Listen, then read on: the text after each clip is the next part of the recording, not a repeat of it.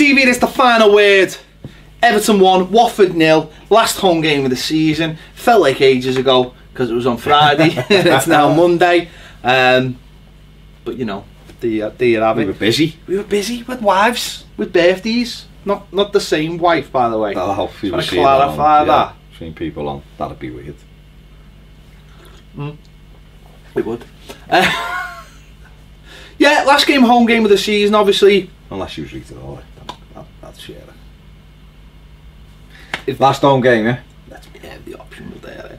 Yeah. Last home game of the season, obviously, nothing riding on it. We know we were going to be 7th and that was the end of it. So it felt like, I don't know, a bit of an anticlimax. For some people, just 90 minutes in the way of drinking.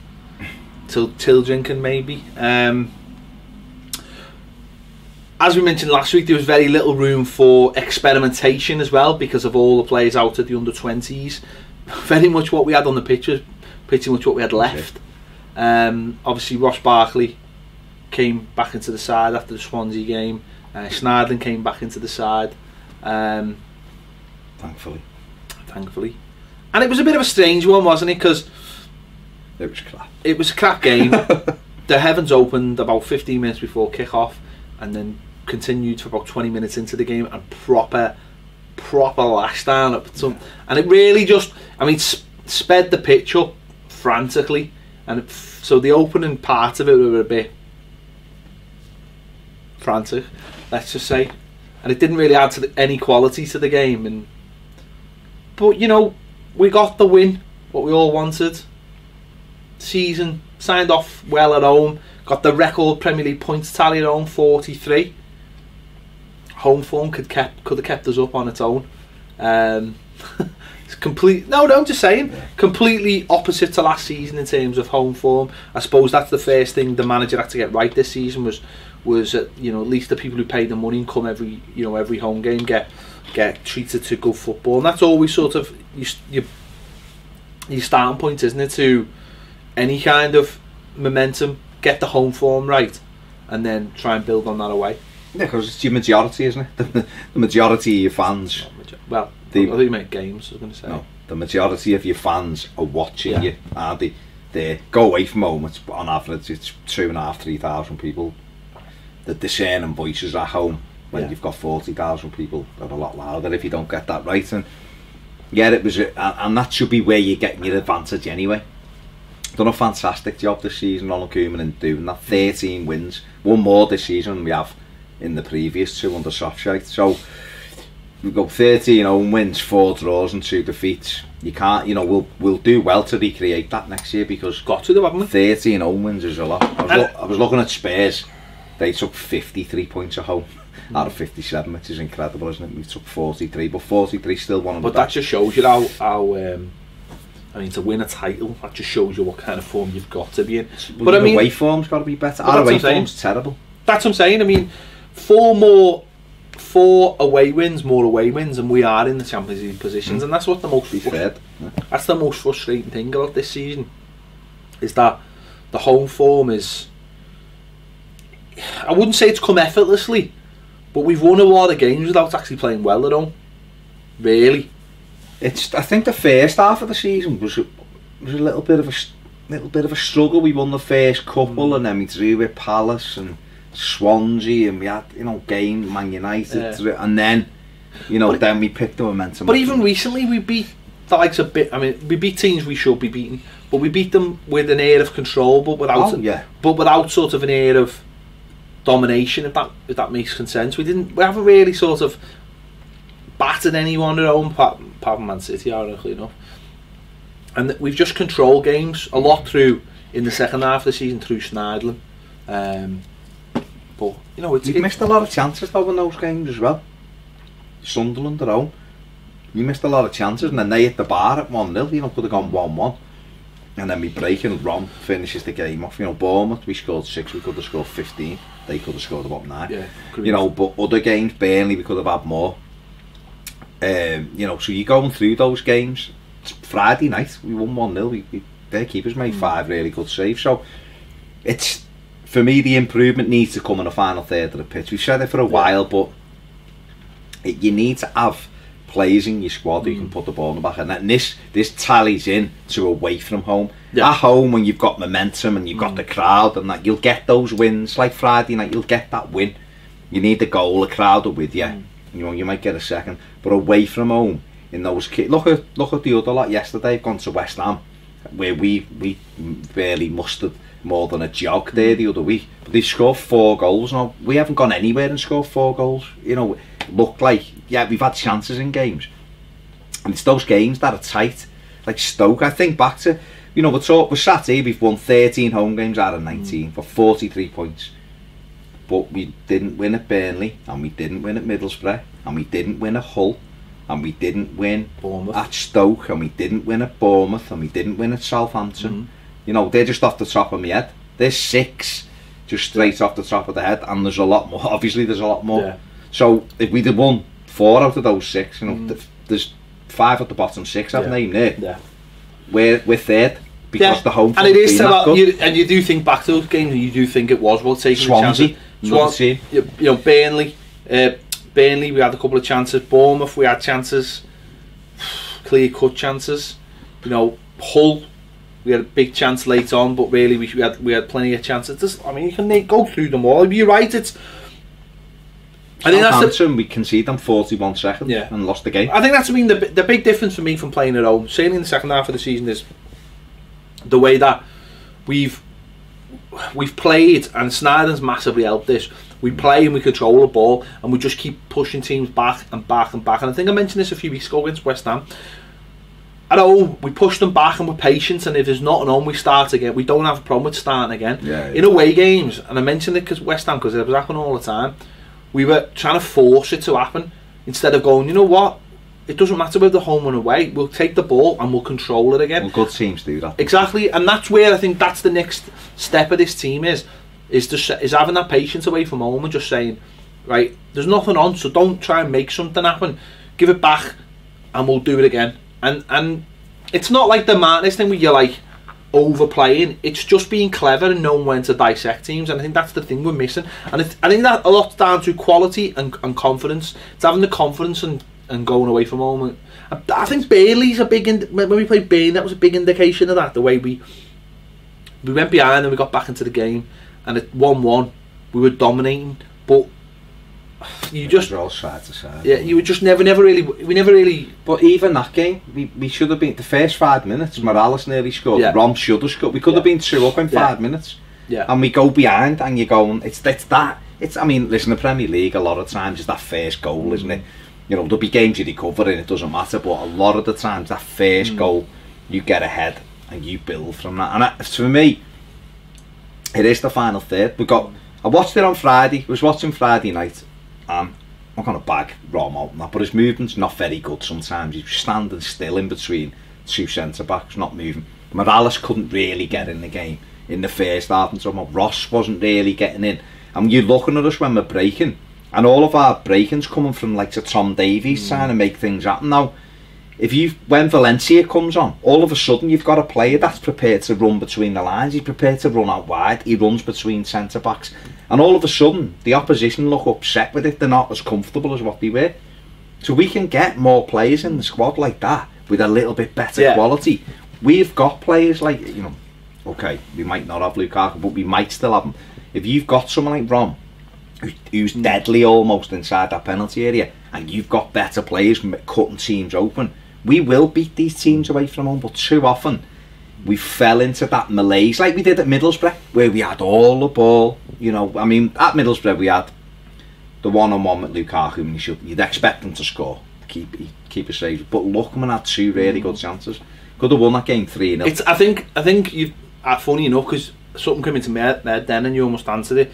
It's having those X Factor kind of players. I was thinking then that this is why people like Delafeu, because he creates those moments, and I think that's why Lookman could be one of those players if he kicks on. He could be one of those X Factor players that you just look at and go, have you got that little bit of something, that little bit of unexpected? And Valencia's a little bit like that. He knows what he's doing. That's it. Maybe he hasn't got the quality, but that's what he certainly gives us at home, and maybe that's what we need. We need a couple more of those players. But I was watching Match of the Day 2 Extra. yesterday. Barkley was on it. Who was presenting it? Chapman? Chapman, yeah. That way he watched it, because he's in the Everton school now. Like, with his well, Ozzy was on it as well. It was very Everton really? heavy. Ozzy actually told Barkley off for calling Palace way. And he went, oh yeah, he went, you know, it's just a habit. He went, Everton's course is away as well. And Ozzy went, there's only one way. Did he? Yeah. Yannick. But Barkley said, to be fair to him, though. No, he was a Palace. He said early days, he said he struggled at Everton. He said because he couldn't quite get to grips with the fact that the fullbacks were the width. He didn't. Balassi, yeah, he said he didn't. He said it just totally put him out of his stride of his natural game where he was the width. And he said the shame was, he said as he was getting, as he got injured, he was getting an understanding of how he needed to start adapting, and it was actually making him a better player because he was adapting his game. He was a little bit more, he had to learn to come inside and be a little bit more central, and when to go wide and when the fullbacks would go wide. And he said he was just getting into that. So that's what you're saying here about Ross and Morales, that maybe there are times where they're all still, it's still not being quite figured out what's what, because we obviously have been fullbacks heavy for talking 8-9 years, haven't you? It's 8-9 years of, and we always hark back to Pienaar and say he's the ultimate because he's the only one who's really. Arteta did learn it as well. Arteta, I suppose, was the first one because he was a centre midfielder that played out wide, and because he was a centre midfielder, it was probably easy for him because he wasn't naturally a winger, so he would come inside. But then Pienaar started to you just look back now, and maybe there's still a sense of that where it's like players still a little bit don't know where to go and don't know what to do, and it stops us in that final third, I think. From maybe we have to buy players who play in those positions. I think we do, but I think that in that 4-3-3 we've got to have, I think it's centre forwards, because centre forwards will naturally make those runs. Now what you're doing then is obviously you're asking your 3 midfield players to do a little bit more work for you, but it's what you're getting at the other end. We need players who will make that run. You look at Valencia, he wants to get in the box because he knows that that's where he's key. He ain't key on the halfway line running back towards our goal, although he done quite a good job when he come on defensively. It's the same thing with the Calvert-Lewin thing when he plays out there. He's neither one or the other, because he's not naturally wide player and he doesn't know what to do other than run up and down, whereas Morales does it better than him. But even Kevin Morales isn't as good when he's not alongside from. Well, I think Valencia showed where those players need to be in the second half, because the one where Tom Davies is right on, when Tom Davies has gone to right back, which we'll talk about in a minute, he's gone right inside where Seamus would normally be, right on the edge, and Valencia's in that pocket of space, and he gets inside the fullback and inside the centre back, and how many times have we seen Seamus Coleman get down and put that little ball? And again, it's adapting because Seamus is not there, and they're the kind of, and because Valencia's a natural in the box player, but when you've got someone out there who's not a natural, and because as we spoke about last week, Calvin is learning on the job. He's a centre forward having to play wide, doesn't know whether it's a stick or twist when he plays out there, but that's what Valencia gives you, and it's an interesting one whether we well, it's the same at Ross. When Ross plays there, Ross gives us other stuff, but when he plays there, his natural thing isn't to bomb on into the box. He's the one who wants the ball. He doesn't want to be the one he's not giving it like thread me through like Andy Cole, pointing them, or like Rom does. Rom will point where he wants it. If we had 3 players doing that, I think it would make, or even another one, I think it makes Ross's job easier, as we see in second half when Valencia's on, or if he had another one going, slide it here, the passes would be off. It's almost like 3 of a kind, isn't it? It's almost like a centre forward, a Morales kind of old-fashioned winger, and another one who is a centre forward but is willing to do the doggies, and I suppose that's the perfect makeup of those 3. But then you need a couple then on the bench as well, because you want to swap and interchange. I suppose what you'd want from the Morales kind of player is more of a Delafeu kind of player, or somewhat, or Luckman kind of. If you look, someone's got that X factor. I'm talking about X factor players, what we need, and we do need a mixture of them anyway. I mean, if you look in the squad, I think a big miss for us, and it won't play out like this because we've been quite good since the turn of the year, But I think Balassi would have been tremendous for us in the second half of the season when everyone got to grips with what Koeman wanted. We were all fit, we got a nice way of playing, and I think he'd have been away from home in particular, he'd have been that X factor, because we saw at Sunderland early on in the season when Rom got the hat-trick, he was brilliant second half. Man City as well. Man City, when because he could go in and be a second striker, and he's physically strong with, and I think he's been a massive miss for us. And it still amazed me when people were made up. He went out the side. He'd had 5 assists, and it was December the 1st. And as I say, listening to him, and sort of saying, I hadn't got a grip of what was wanted. That shows you as well that footballers they're not just like, you know, Lego pieces. They don't just clip together. Come in for 20 odd million. Never. He don't forget, he come from Bristol City to Palace. Yeah. So he'd got nowhere, and then it was a and he reckons he'll be back sooner rather than later. He thinks he's not dancing yet, obviously, but he thinks he'll be back, which I mean be interesting. We're not putting any personal. He's over the worst thing. He's had the 2 operations. What he needed, full healing, rehabilitation. I seen James Coleman saying he'd be back this side of Christmas as well. So he was walking around the pitch the other night. Oh, but the whole thing is important. But sorry, what I was going to say was the thing with Delafeu is, and you spot on, he is that man in some moments where. Remember the cup game against Leicester when he went out? He was terrible for the 45 minutes when he come on at half time. But that 1 minute, Chilwell, he left that Chilwell, 1-0, and he's like that, Jerry, isn't he? It's whether you can afford them that luxury. You need players who can do. I think he, ironically, modern footballers, he could probably play in front of Mason Holgate. Yeah. Because Mason Holgate doesn't really want. He will do it. Yeah. But in general, he's the Seamus. Modern footballers now got to do both, haven't they? There's no room for it. So would you sell him, Jerry, in the summer? Because I know he's done really well for 80. Seen him playing 88 minutes for AC Milan. I take an absolute pinch of salt what he's done for AC Milan, because... No, but it's good though, isn't it? Yeah, he's gone to AC Milan and being crap. Listen, it's good, but you know... Man, there's a fella there who's got 7 Premier League goals in 4 months who's coming back, isn't it? You know? I take it with a pinch of salt what he's done, but... Or do you think, then, let me ask you this one, and do you think the time now is to just say, listen, we need to freshen that all up with players we haven't seen, so just get rid of Thierry. The manager doesn't like him, does he? Doesn't like his... I think he thinks he's got the talent, but it's the application is the problem. I don't think he's got any time for him. And if he had Morales' application, Jerry, I think he'd be in Everton's first team. He just doesn't... Ability-wise. He's show pony, isn't he? That's the simple way to look at it. He's a player who... Milan probably shoots him down to the ground. Yeah, the Barcelona they'll buy him will. back, they'll keep him for a year, and then they'll sell him on to probably back to Milan. You know, that it's one of those things that, you know... Or Atleti, Simone's there, he won't go there, will he? Whatever, he'll do what he'll do. But, I mean, obviously, first half was just a sort of... They had a good... I mean, there's a couple of good chances. Ross had a decent chance to keep him saved. They had a decent chance where we failed to stop a runner again, which really, I don't know whether that's because of the lack of pace in the centre backs, or almost like a lack of communication. I think you said on the rewatch, and it was right, Jagielka there, back off to make sure you're in the line and know you haven't got runners either side. But if the main danger is this fella running with the ball, you go tight to him. I think he probably didn't want to get too tight in case he skipped past him. But go and close it down, then Williams can come across then.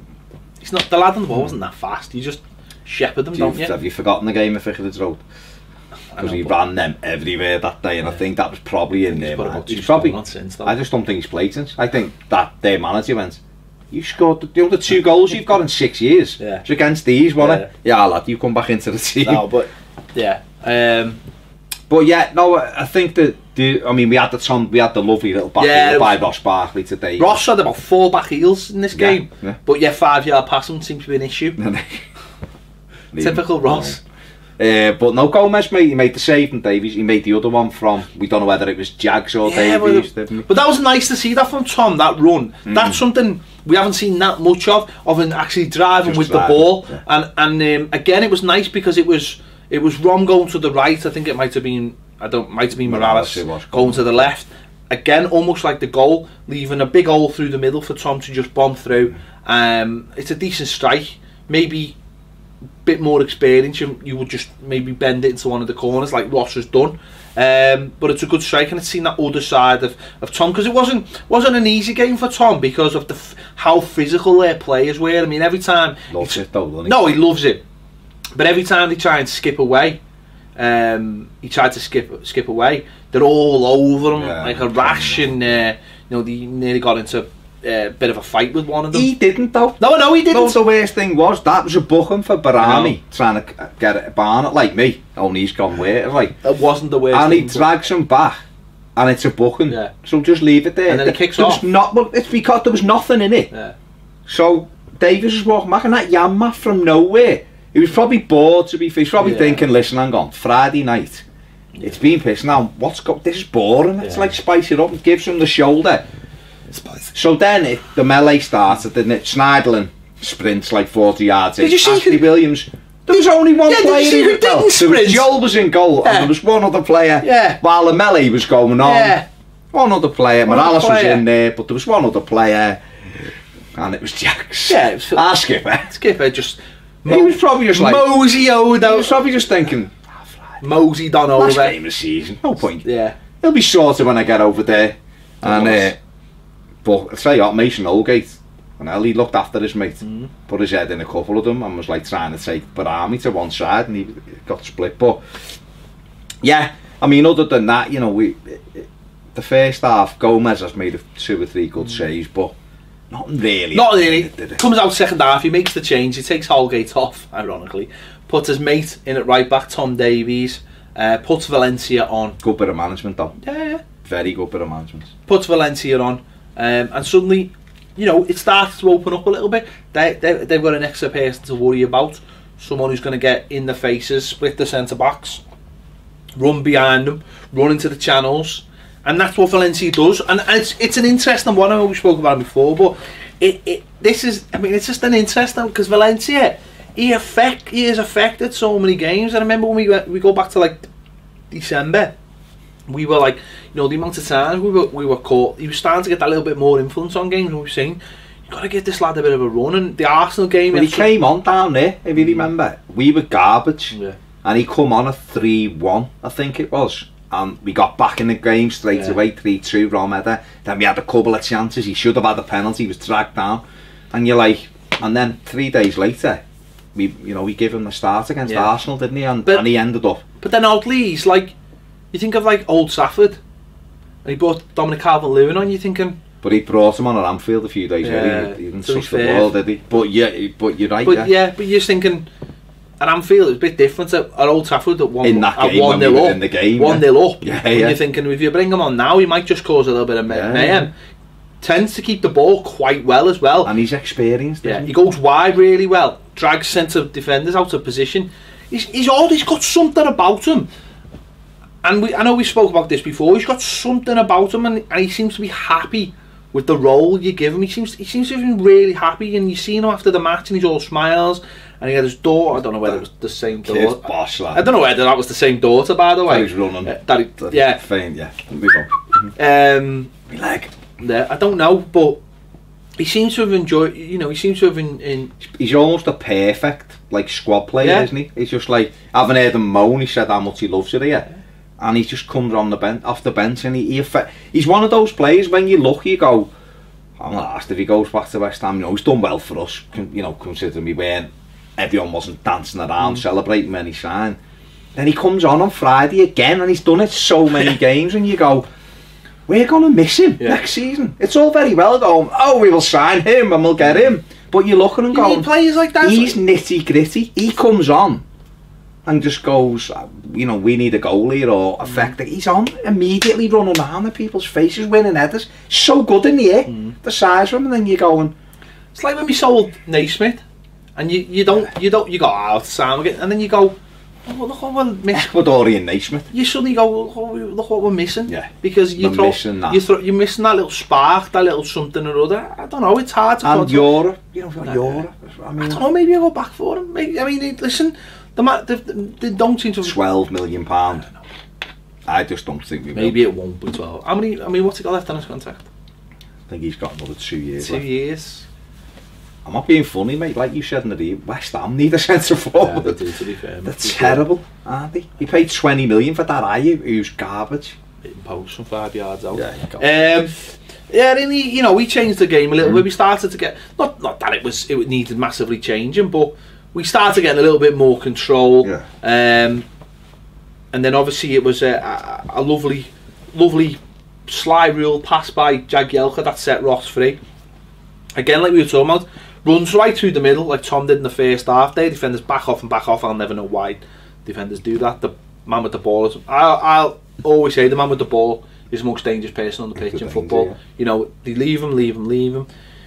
Gives the keeper the eyes and puts in the other corner, and you know it's 1-0. And from that point, you know, we were not quite comfortable, because you're never comfortable at 1-1, especially with a team that's so physical and bombard you. But you know, it was a lovely goal from Ross, and something that, you know, you want to see more of. Well, we definitely want to see more of it, but it's something that you think, you know, you should be doing that more often. Yeah, I mean, it was a great ball by Jags, like you said, and he turns, takes it on the half turn. Ross, you see him look to see the space he's got. It's out of his feet and he goes, and that's what you want, like you said, the Davies run in the first half. Do that more, but Ross has got that ability, the strength, and he can hit a ball really well. He hits the ball brilliantly. And he just looks that way, and it's beyond him, and the keeper's going one way and he's never getting back. And he should be doing that 5 or 6 times a match, every game, because if he does that, we get goals. We either get goals through Ross, or we get goals through people picking the bits up if the keeper's having to save. And it's, you know, we've gone to the penultimate game of the season before we scored our first goal from outside the penalty area.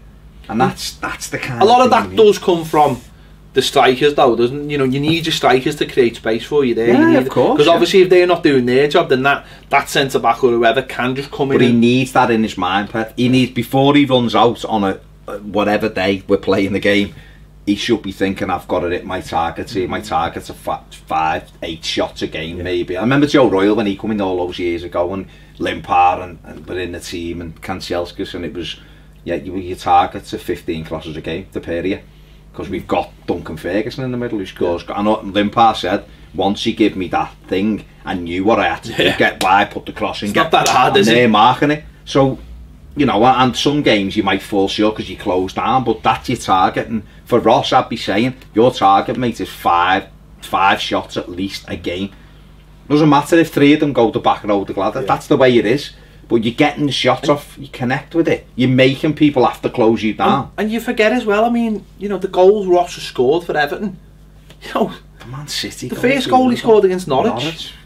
You know, gets it out of his feet and it's bang in the back of the net. That's what I'm saying, his ability with shooting wise is fantastic. I remember the QPR one, when he played them, drove on, smashed it in his left foot roof of the net. He's got that ability, and people are terrified. If you've got players who are dangerous from that kind of distance, they're terrified, and all it means is if you get a bit of space, bang it, and you Rom, or whoever it is we've got up front next season, if it isn't Rom, if Ross stays, we'll profit from second balls people parry out. We see one in the second half after we scored that goal. Kevin Morales gets the ball, cuts in, just gets his head up, nits it 25 yards out, keeper can't hold it, breaks out, Ron takes it, dragged down, smashed down by Janmaat. It's a stonewall penalty. Definitely penalty. And the referee doesn't give it, but that would have been from just another shot from outside the penalty area. From nothing. Not 84 passes to cut them open, just have a go. Catches it well, and we nearly get a second. We should have got a second goal from it. Definitely. There's not enough of that, is there? There's not enough of just having a crack. I mean, we overcomplicate it all the time. And I know it's not a case of... I mean, there are cases where you get the ball and there's a shot on, but you can slide one in and stuff, but percentage-wise, to be scoring your first goal from outside the box in the 37th game, that shows that they're not attempting enough. And I don't know whether that's confidence or you see them as well. Sometimes you just see them and they line one up and then they take that extra touch and you just think, just have a dig. Anything could happen. Anything could look. Merseyside derby, no, at home, anything can happen. Ricochet. Derby away.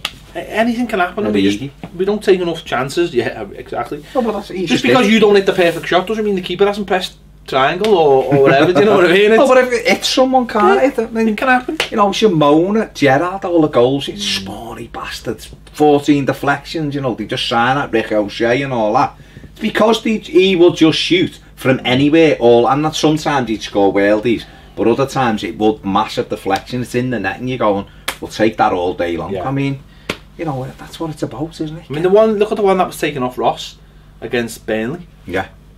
You know, it takes a couple of little deflections. And that's that 1-1. Yeah. You know, he's got the shot when it's ended up, we're 3-1 up, and we're back on the front foot and that. That's the kind of thing, I think, to get to that next level, you'd have to have players who are willing to do that. And Ross Barkley, for me, he's probably, when I think off the top of my head, he's quite comfortable. I mean, you've got to have that anyway. Look at the Chelsea game. Game's dead tight, 65 minutes. Pedro just picks one out, bang, top in, changes the game, completely changes the game. Our heads go down. They're all over it, and you know that was the day. You know, for me, they won the title. That's football, isn't it? But you know, we're talking about Tom Davies' first half. You know, getting forward. I mean, second half, playing right back. I mean, again, massively impressed with him. Not only some of his defending and his just his will to want to get there first, no matter what. There was one where he jumped in, and I'm sure he jumped in with his ass first, because it was just like, I'm going to put whatever I need to get this ball, and he won it. And then we see him high up the pitch, playing like Seamus, threading Valencia through, setting up things. That ball, the touch, because it switches him, he just kills it, waits like that, and it dissects two people. He's just, he literally is that material, isn't he? He is. Or does it just strap it on now, don't they? It's polyester. I was trying to put the captain's armband up the arm, but I'm thinking they just strap it on now, don't they? For me, he's definitely like a future captain material, because it's what we said, why we were banging on about him in November and December when he wasn't in the team. He's not a show pony, so he's not going to struggle that way. He's not Ross Barkley, so people will go, well, he's got to be 5 men and score, otherwise he's crap. He can go in and just play a game of football, because he's an old-fashioned midfield player for me. He gets stuck in, he likes a little bit of nasty if you want to do it, otherwise he can do the box-to-box stuff. He went and played right back as if he could play with flip-flops on. It was that easy for him up there. Tom, I know you watch this because we're like your biggest fans and all that, and your dad said you watch it. Don't do the chop on the edge of your box in the 18. No, that was the only. That's the only. Do the chop on the edge of their box all day long. That was the only. Not on the edge of your box. That was the only thing. Not at what? If it's 6-0 up. Yeah. Do it all day long. That was the only one thing. I mean, if it had come off, I'd look boss, but that was the only one thing. But even it's just the positional sense as a right back, there was a ball that come over and just you know, be little things like being wide awake and being in the line and things like that. Wide awake club. Wide awake. That one. Mike Myers was in that. Yeah. There you go. And the fella who was in it with ended up being in all the Austin Powers films. Oh, behave. He was great, and it just showed that he can, you know, if needed, he could play there. Not that we want him to play there. He played there. He did play pre-season. Barnsley also played there in that first against the Jag 11 in Switzerland. All the lids were there. That's what he was playing. He has played. I think that's where, when we were, I think, was Seamus injured or something? No, Seamus was obviously been at the Euros, hadn't he? Yeah. So for the couple of first early games, he was in there. But the manager maybe thought he could do that job, and then he obviously could. Listen, it's not that hard to play right back in terms of if you're a good footballer. It's key to have that ability to just drop in there. That was your kid. He ain't 26 and used to it. You know, I remember James McCarthy playing there against Villa a few years ago, and Martinez's first season, he went there second half and Naismith went up front, and he had a really good game there. We won the game 2-1, but he's experienced. He was 25, been playing the Premier League for a number of years, for an 18-year-old or 19, whatever he is now, to just be asked to go and sit out there and do such a good job, and it didn't faze him at all. You know, he wasn't needing to be helped through the game by Williams or Jack, go and get in here and all that. He just went and done it. So that was really good. I thought the two centre backs, for the amount of stick that some people give them, you know, and in the early part of the season they struggled in some games. I thought they were brilliant on Friday, because they were up against two huge, like a tag team. They were big lads then. They were big fellas. They were just Big Troy, And the other one who's like a rugby player. Can't have that. The most upset man in the world. Can't have it. Can't have his name Troy. I just can't have anyone called Troy. I'm sorry, I just can't. You might as well call your kid Hercules. Troy, out of high school, I've said this before, Zac Efron with Troy in High School Musical, it kind of worked. Troy Bolton, it worked. He was soaring and flying and all that. But Troy Deeney from Birmingham, it doesn't kind of, I don't think it really works. I just think it works full stop. But Okaka, I just don't think you can be called Troy and be a human being. I wouldn't tell him, I'll be honest, if he knocked on here and he'd come in, I might be here because he plays for Watford, I don't know, but I wouldn't be, I've given him any step. Because he looks like he can handle himself, the kid. Well, his best mate's the heavyweight champion of the world, so... So, you know, there you go. That Okaka, that's his name, 2 goals in 6 years. Yeah. Trying to make it 3 against us the other night.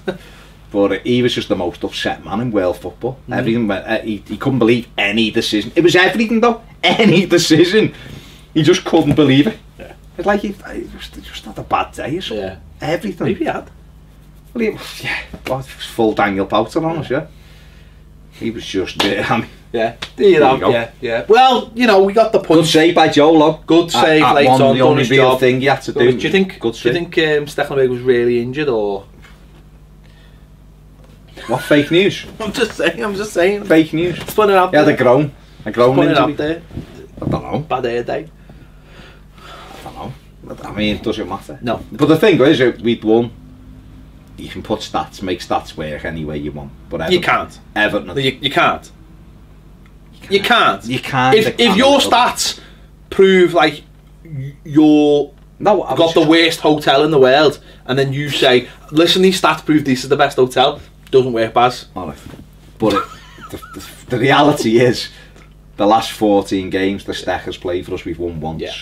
And with Joel, I think we're at something like 60% win rate, and he's had 64% clean sheets or something. So he was. I don't know. I just felt a little bit more confident when he was in goal, because I think his handling and that is. But the defenders, see, there was only the one real instance where it ran through, and they almost actually score from the same move. And I just think that was pure Burnley effect. That he kind of backtracked. I don't want to make it. Didn't want to go into. Didn't. It was a split-second decision. He didn't want to go because he would have been could have been caught. And the reality was he wouldn't have been. But by running back, it made it made something. But other than that, I thought he'd done very well. No, it was good 3 points. I mean, good way to finish. Wrapped off the season nicely, even though it wasn't a brilliant game or anything. You know, best Premier League home record for whatever that means. Started by Ross Barkley. And finished by Ross Barkley. And no, it's been good form. Great for us, really. Let's be honest, it's been a great season at Goodison Park, win-wise, hasn't it? You go the match to watch your team win, and you enjoy. You enjoy the game. Got back enjoying the game back, because I've been lost for so long. Where going the game was just like a chore. Yeah. So you know, we only lost the 2 games we lost. One was a 95th minute, Bobley, win, and the other one was to the best team in the land. So you know that everyone was beating us last year. No, it's new. We're here to win the games, but it gives you that something extra as well, doesn't it? You know, you walk out to Goodison, little skip in your step, and it benefits everything. You know, the boozers are going to be a little bit more fuller, the club shop's going to be a little bit more fuller, people are going to be straight away buying tickets for the Bings, chippy, chocolate. You know, the Blue Dragon and all that. Everywhere's going to be,